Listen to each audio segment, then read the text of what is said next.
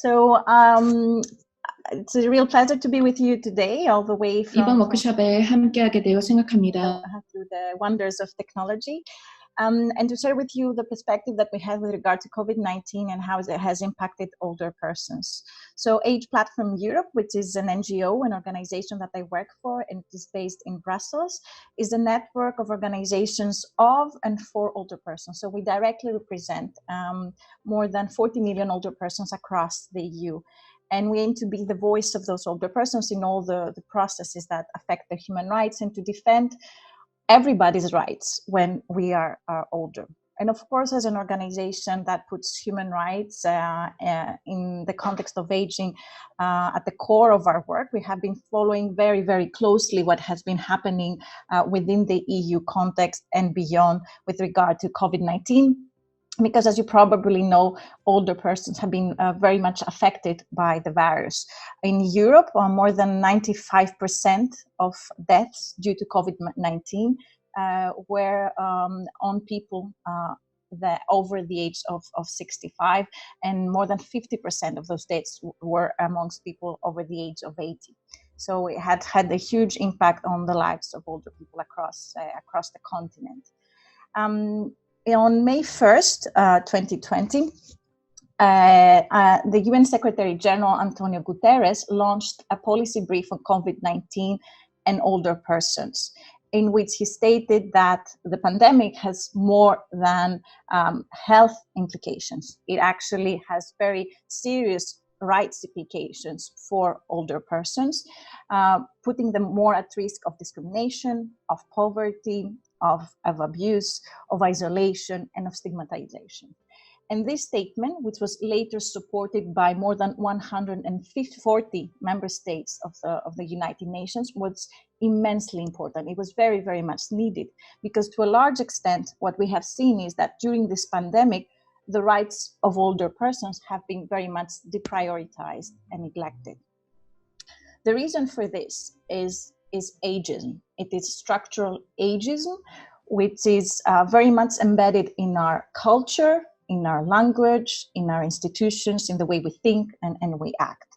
So what is ageism? Ageism is a sort of a form of discrimination and prejudice. It's the way we think, we act, and we feel towards a person based on their age. And it is a very widespread form of discrimination across the EU. It is the most widespread form of discrimination, as it is experienced by more than 40% of European citizens. But it's also very much unnoticed. It's not considered as important or as severe as other forms of discrimination. In other words, it is very much socially accepted. And this is perhaps not surprising, because we all have stereotypes about what an older person looks like.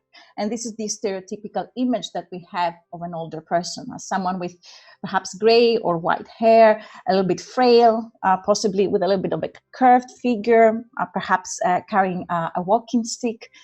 And these are stereotypes that we have that since the age that we were 4, and we grow with them because ageism exists everywhere, in images, in the TV, in job advertisements, everywhere.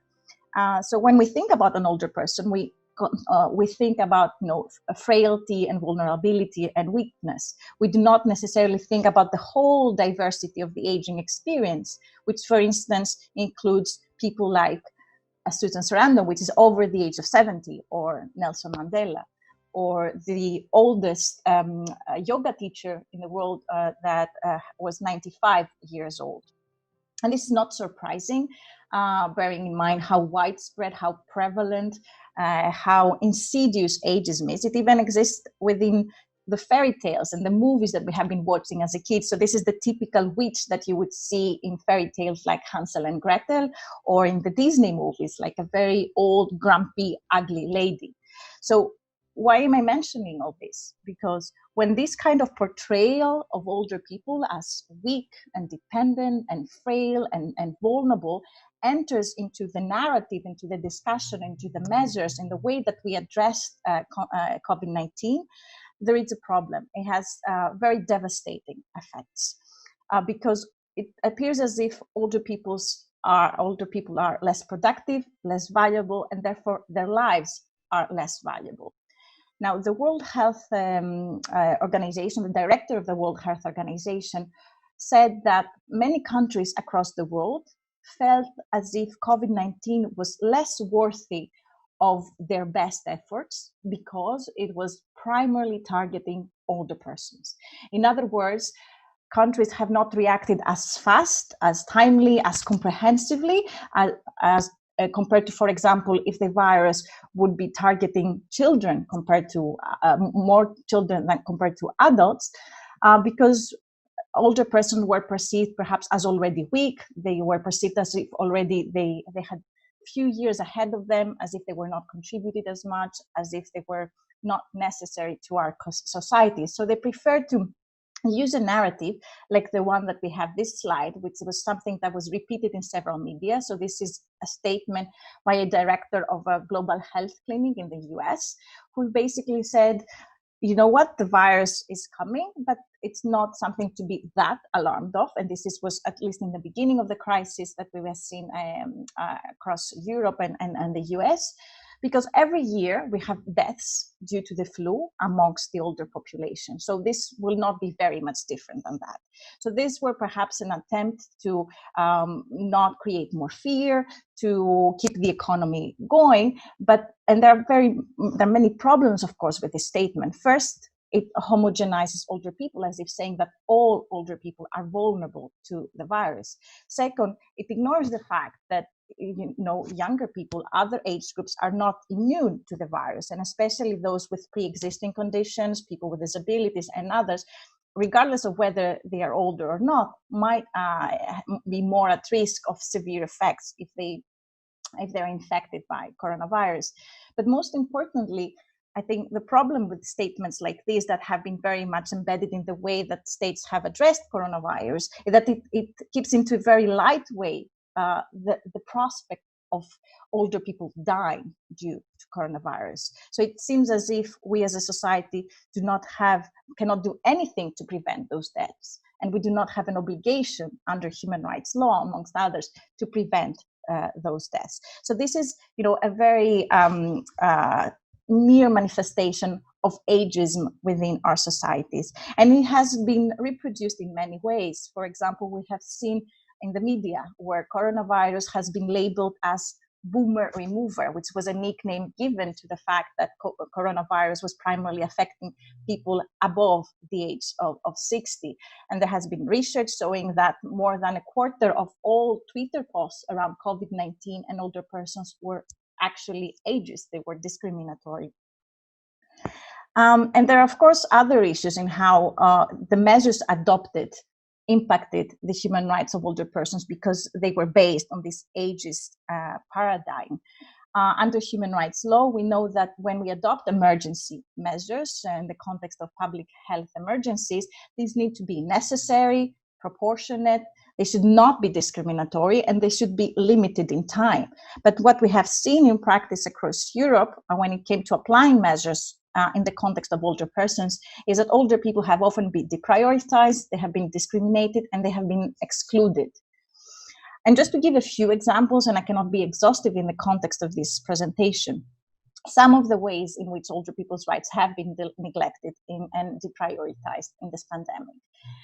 Although later on, many countries adopted general confinement measures for the population, several governments across the EU have actually initially foreseen to isolate only a part of the population, only the older population.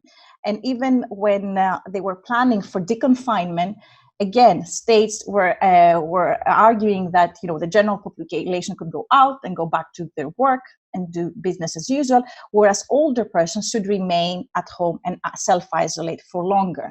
Even the president of the European Commission at one point said that we should consider actually keeping older people at home until a vaccine is found.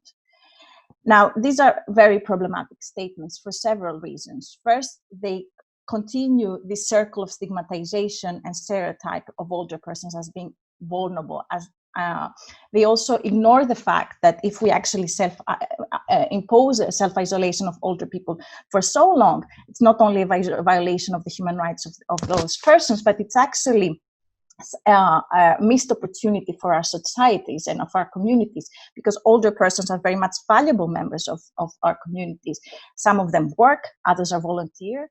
Many of them provide care either for younger children or for their partners or for their older parents and the neighbors and others. So by keeping older people at home and without taking into account all the huge diversities, because not all older people are in need of such protection, we actually miss an opportunity to take advantage of all those different roles and potentials and contributions of older people in our societies. But most importantly, by imposing those measures without thinking about the impact that they might have on the mental and physical health of those individuals, which is something that the World Health Organization has repeatedly warned about, this is also a form of ageism and of a neglect of their dignity and a violation of their human rights. The second way in which we have seen ageism being very prevalent in the context of COVID-19 is through triage, which is the way that medical decisions were made when resources were scarce, especially in countries like Italy or Spain that were very much hit by this pandemic. We have seen that they were official protocols used by authorities or decisions made in practice where they used age as the primary criterion to deny access to health treatment, in particular intensive treatment like ventilators. And this is a violation of human rights because age per se is not a medical criterion. There are older persons who are able to recover, and this has also been shown by the World Health Organization, even at the age of 60. Not all older people have the same capacities and the same health conditions. So the mere use of age as a reason to deny care is discriminatory. And the third example I wanted to bring forward here is the case of older persons in nursing homes. And we have seen across Europe that more than half of the deaths across Europe have been happening in congregated settings, which are what we say hotbeds for infection, because this is places where people live very close to each other. And these are people who are most likely to have underlying health conditions. And in those settings already before the pandemic, they were understaffed and under-resourced. But when the crisis occurred, many members of the staff did not report to work because they were sick. They had to take care of their children for preventive reasons and others, which left the residents in those institutions very much at risk of neglect and abandonment. And we have seen shocking images across different countries of older people being completely abandoned, where their needs were not met, where they had been locked for days in their rooms to avoid the risk of contagion. We have seen also the fact that in those settings, both residents and staff were lacking protective equipment, which put them more at risk of infection. We have also seen the fact that although we knew and the World Health Organization had warned about the risk of infection in those settings, there were no testing done in staff and residents in nursing homes. And even in cases where people were infected and they developed severe symptoms, often they were not transferred to hospitals, so denying them the opportunity to recover from coronavirus.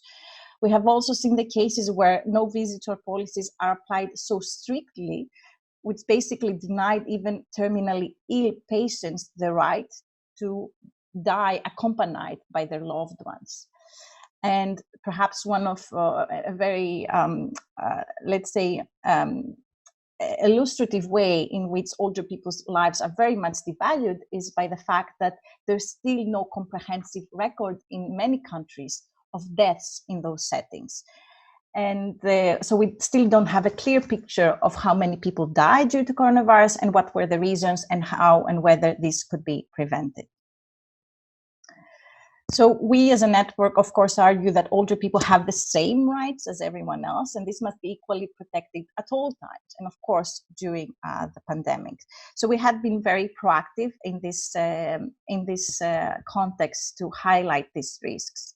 So although COVID-19 has been a very huge challenge for the community that we represent. At the same time, we see that it is an opportunity. 겪고 있기는 합니다.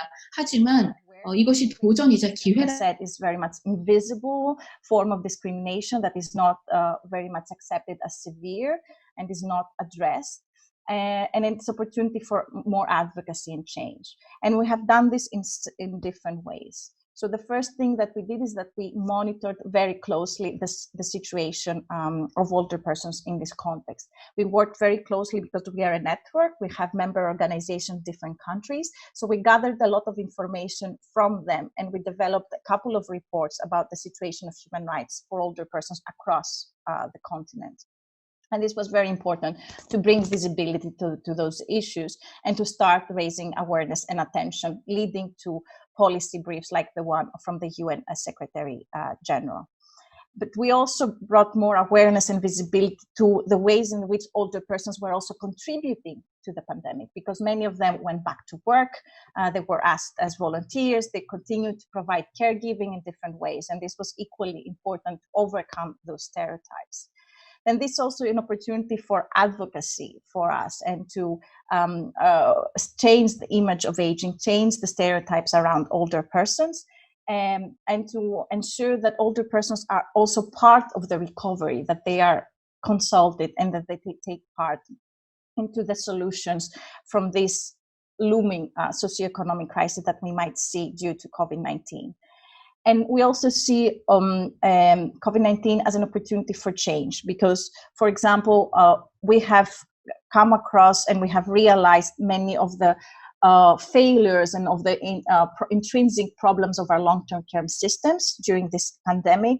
And we need to start thinking of the ways that the way care is provided needs to be reformed. And this is something that we will follow up for the months and years to come. Likewise, we ask for revising our laws so that there's better protection from age discrimination, including, for example, by adopting an international legal instrument that would better protect older people's rights should such crisis occur in the future, but also more generally.